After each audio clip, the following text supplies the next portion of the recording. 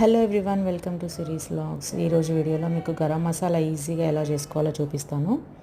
ఇప్పుడు బయట దొరికే వాటిలలో ఎక్కువ చెక్క పొడి అవి మిక్స్ చేస్తున్నారు కదా, మీరు ఇలా ఇంట్లో ఈజీగా చేసుకోండి. మంచి టేస్ట్ ఉంటాయి కర్రీస్. మీకు ఈ వీడియో నచ్చినట్టయితే please subscribe to my channel, do follow. ఒక 100 గ్రాముల ధనియాలు, కొంచెం జీలకర్ర, ఒక 10 యాలకులు, ఒక 20 లవంగాలు, ఒక 10 దాల్చిన చెక్క,